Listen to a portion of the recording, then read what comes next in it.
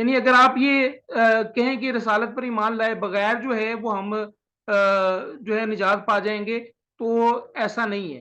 تو اس میں کچھ یوں بھی آپ اس کو پڑھ سکتے ہیں کہ جو بھی ایمان لائے، چاہے وہ جو ہے وہ یہودی ہیں تو یہودی دور میں جو ہے موسیٰ علیہ السلام پر ایمان لانا ضروری تھا، اگر وہ عیسائی ہیں تو عیسیٰ علیہ السلام پر ایمان لانا ضروری ہے، اور صابئین بے دین یعنی ان کا کوئی دین نہ ہو۔ مثال کے طور پر کچھ ایسے لوگ بھی تھے جو حضرت عیسیٰ علیہ السلام کے بعد، بہت عرصہ بعد، اور نبی علیہ السلام کے آنے سے کچھ عرصہ پہلے موجود تھے، جیسے کہ حضرت عمر فاروق کے جو بہنوئی تھے حضرت سعید بن زید۔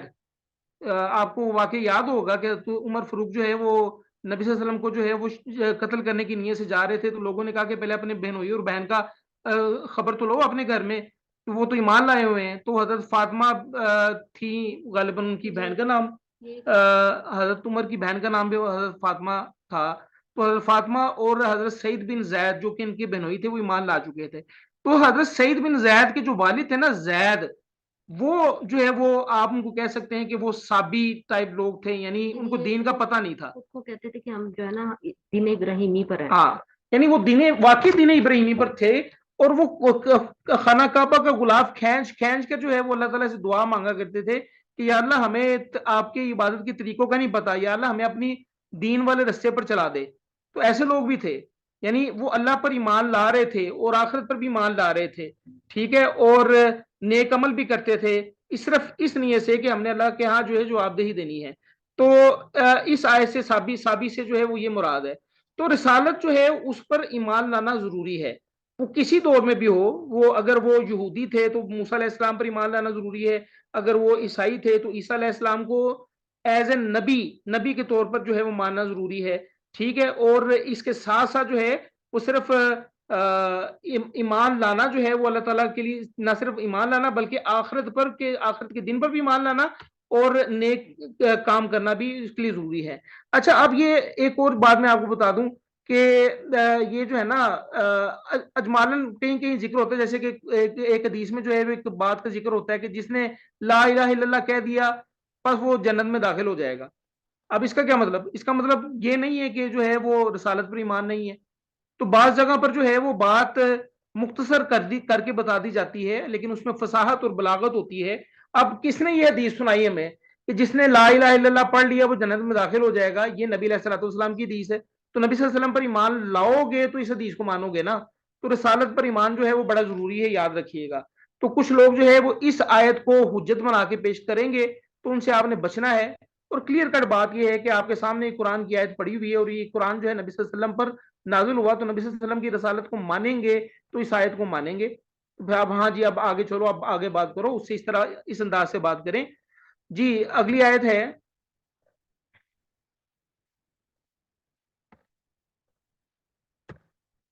جی نازش۔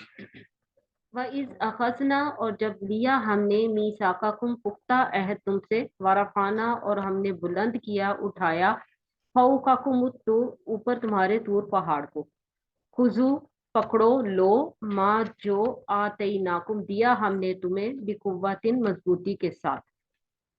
اچھا، یہ جو واقعہ ہے نا یہ میثاق بنی اسرائیل کہلاتا ہے۔ جی آگے ترجمہ نازش پڑھ دیں۔ وَاذْكُرُوا اور تم سب یاد رکھو، ما جو فیہ اس میں ہے، لعلکم تاکہ تم سب تتقون تم سب بچ جاؤ، پرہیزگار بن جاؤ، ڈر جاؤ۔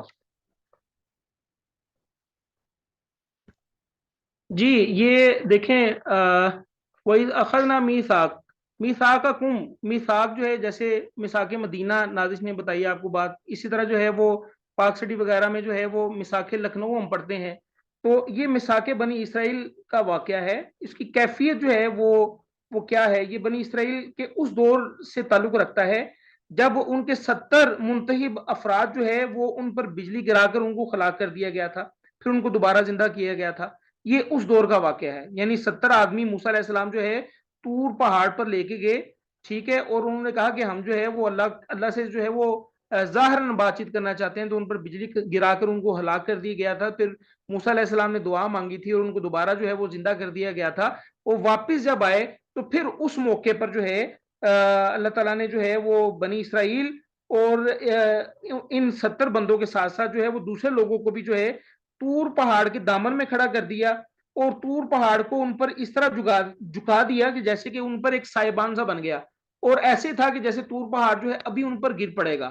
اب پیچھے ان کے سمندر تھا، آگے جو ہے وہ طور پہاڑ جو ہے وہ ان کے اوپر جو ہے وہ رکھ دیا گیا، اور کہا گیا، زبردستی ان کو کی گئی، کیونکہ کسی طرح سے جو ہے یہ وہ قابو میں نہیں آ رہے تھے، اور اللہ تبارک و تعالیٰ یہ نہیں چاہتے کہ سب کو جو ہے وہ جہنم میں ڈال دیں، تو اللہ تعالیٰ نے جو ہے وہ ان کے ساتھ کچھ زبردستی اس طرح کی کہ طور پہاڑ اوپر رکھا ان کے سروں پر، اور کہا اللہ تعالیٰ نے کہ پکڑو اس کو جو تمہیں دیا جا رہا ہے، مضبوطی سے پکڑو، یعنی یہ جو تختیاں موسیٰ علیہ السلام لے کے آئے ہیں ان کو پکڑو مضبوطی سے اور یاد رکھو ان کو، اور اس میں جو کچھ ہے لعلکم تتقون، تاکہ تم سب بچ جاؤ، بچ سکو۔ ٹھیک ہے، تو یہ کچھ اس کی کیفیت تھی۔ اب آپ کو پتا ہے کہ بنی اسرائیل جو ہے وہ کیسی قوم تھی، بڑی عجیب و غریب قسم کی قوم تھی، ہٹ درم قسم کی قوم تھی۔ تو اگلی آیت میں جو ہے وہ کچھ اس کا یوں ذکر ہو رہا ہے، یعنی اتنے دیکھیں معجزات پر معجزات، معجزات پر معجزات، کیسے کیسے جو ہے وہ معجزات جو ہے وہ ان کے سامنے رکھے گئے، لیکن پھر بھی جو ہے یہ ایمان نہیں لاتے تھے، کچھ عرصے کے بعد جو ہے وہ پھر اپنی ڈگر پر جو ہے وہ واپس آ جاتے تھے۔ تو اب اللہ تبارک و تعالیٰ نے طور پہاڑ جو ہے وہ ان کے اوپر سائبان کی طرح کھڑا کر دیا، اور اللہ تعالیٰ نے کہا کہ ان تختیوں کو پکڑو جو موسیٰ علیہ السلام لے کے آئے ہیں، اور ان پر ایمان لے کے آؤ، اور ان کو یاد رکھو ان باتوں کو، لعلکم تتقون، تاکہ تم بچ جاؤ۔ اس کے بعد کیا ہوگا؟ ثم پھر تم نے منہ موڑ لیا، پھر گئے تم، من بعد ذالکا اس کے بعد، فلولا پس اگر نہ، فضل اللہ فضل ہوتا اللہ تعالیٰ کا، علیکم تم پر، ورحمتہ اور اس کی رحمت، لکنتم البتہ تم ہو جاتے، من الخاسرین خسارہ پانے والوں میں سے، نقصان اٹھانے والوں میں سے۔ یعنی اتنا مضبوط عہد، موجزانہ عہد جو ہے وہ لینے کے بعد بھی تم جو ہے وہ پھر گئے اس وعدے سے، اور اگر اللہ کا فضل نہ ہوتا اور اس کی رحمت نہ ہوتی تم پر، تو تم سارے جو ہے وہ مارے جاتے اسی وقت جو ہے، اور تمہاری تباہی جو ہے وہ لازمی ہو جاتی۔ لیکن یہ اللہ تعالیٰ کا فضل ہے کہ رحمت ہے کہ اس کے بعد بھی اللہ تعالیٰ نے تمہیں زندہ رکھا، اور تم جو ہے وہ چلتے رہے الی اجل مسمى، ایک خاص مدت تک۔ یہ میں نے اپنی طرف سے جو ہے الی اجل مسمى کا جو ہے وہ ایڈیشن کیا ہے۔ بالغت اور البتہ تحقیق، بلا شبہ یقیناً، علمتم الذین تم جان چکے ہو ان لوگوں کو جنہوں نے نعتدوا زیادتی کی، منکم تم میں سے، فی السبتی ہفتے کے دن میں، فقلنا پس کہا ہم نے، لہم ان سے، کونو تم سب ہو جاؤ، قردۃ بندر، خاسئین ذلیل و رسوا۔ اور البتہ تحقیق تم جان چکے ہو ان لوگوں کو جنہوں نے تم میں سے ہفتے کے دن میں زیادتی کی ہے، تو ہم نے ان سے کہا کہ ذلیل و خوار بندر بن جاؤ۔ اچھا، یہ ہفتے کا دن کیا تھا؟ اصل میں جو ہے وہ بنی اسرائیل کو یہ حکم دیا گیا تھا کہ وہ ہفتے کے دن کاروبار نہیں کریں گے بلکہ چھٹی کریں گے۔ تو ایک آدھ منٹ کا ہم پوز لیتے ہیں، یہ اذان ختم ہو جائے۔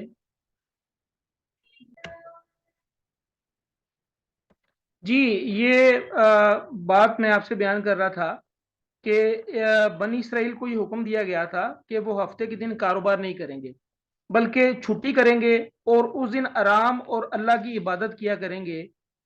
صرف آرام ہوگا، کوئی کاروبار نہیں ہوگا، اور اللہ کی عبادت ہوگی ہفتے کے دن۔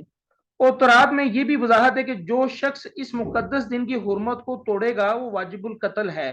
تورات میں یہ بھی آتا ہے کہ جو یہ ہفتے کے دن کو جو ہے وہ اس کی حرمت کو توڑے گا اس کو قتل کر دیا جائے گا۔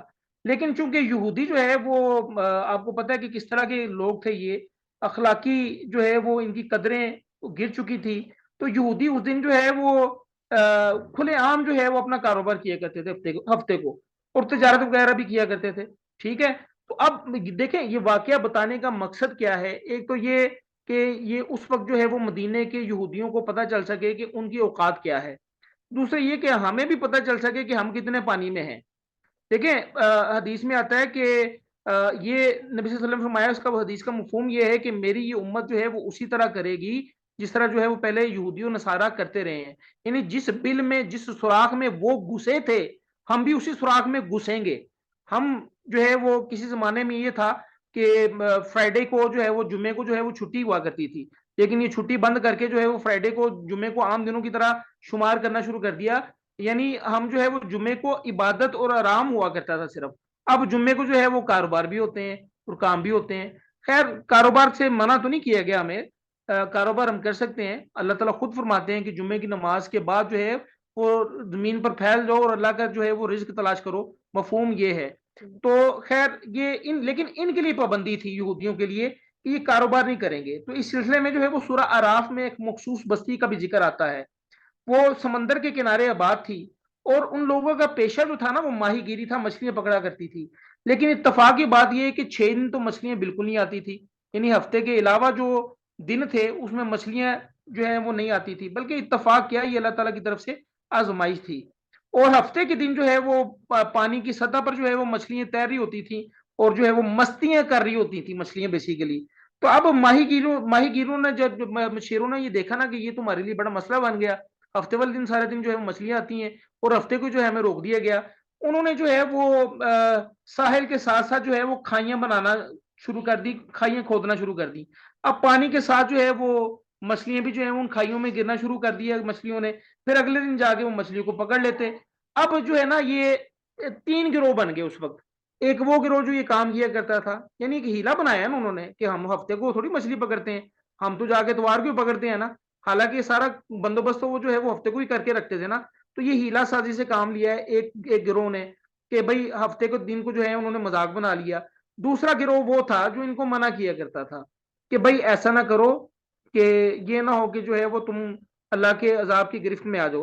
اور تیسرا گروہ کون تھا جو کہتا تھا کہ یار کر دینے تھے آپ ہی پڑھیں گے سن کی, اسی منع نہیں کر دے.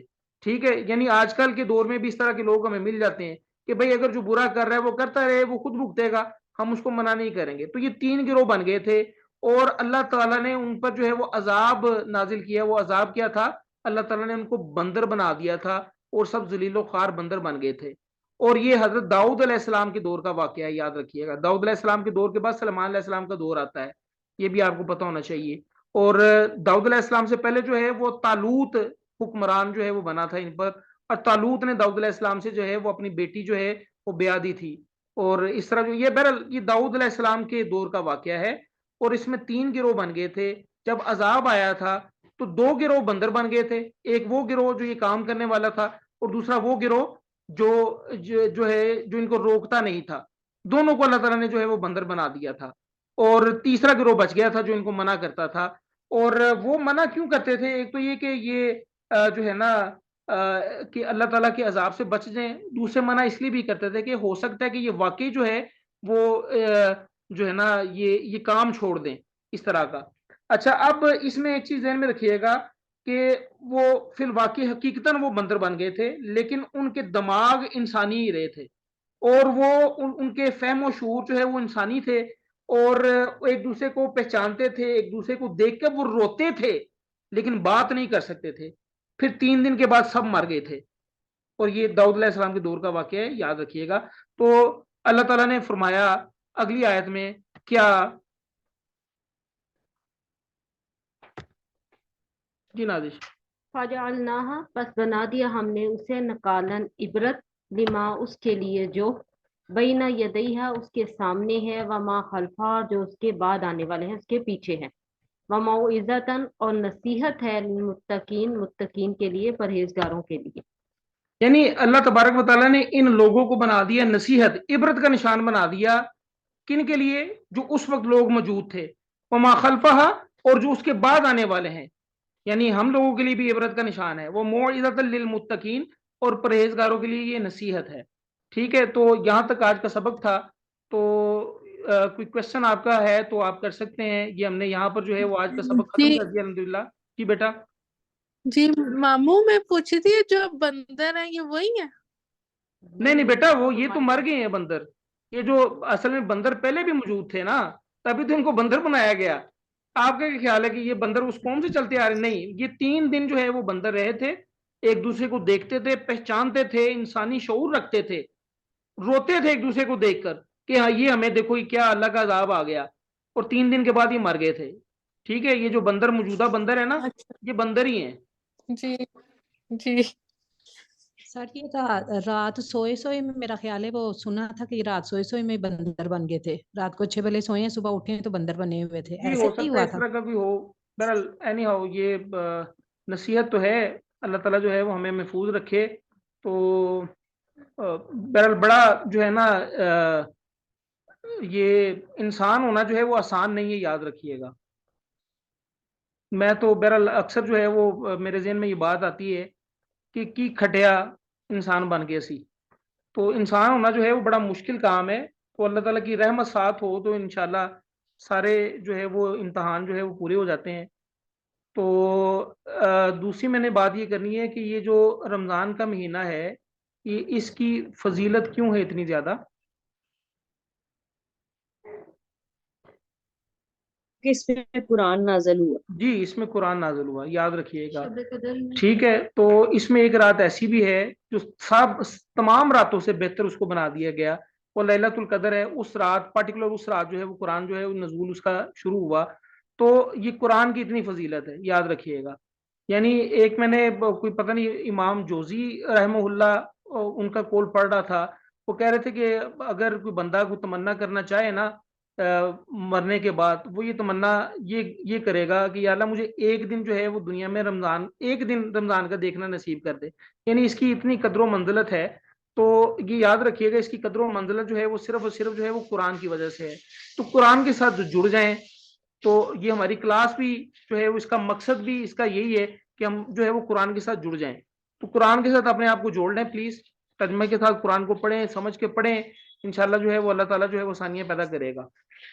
تو ٹھیک ہے جی، پھر انشاءاللہ کل ملاقات ہوگی. اپنا خیال رکھیے گا. السلام علیکم. السلام علیکم. وعلیکم السلام.